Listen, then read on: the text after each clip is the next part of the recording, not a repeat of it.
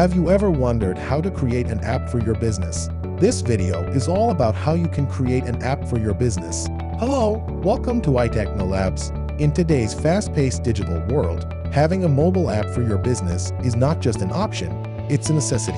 Let's break down the steps to create an app for your business. Step 1. Define your objectives. Start by clearly outlining the goals and objectives you want your app to achieve.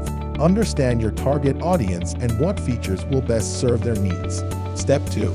Design your user experience. Work closely with the expert designers to create intuitive and visually appealing user interfaces. Step 3. Develop your app. Our skilled developers will bring your designs to life, using the latest technologies and frameworks to ensure your app is robust, secure, and scalable. Step 4. Test and iterate. Rigorous testing is essential to identify and fix any bugs or issues. Step 5. Launch your app. Once your app is polished and ready, it's time to launch it to the world. Create a marketing strategy to maximize the app visibility. Ready to bring your app idea to life? Contact iTechnolabs, a leading mobile app development company today, and let's turn your vision into reality. Thanks for watching.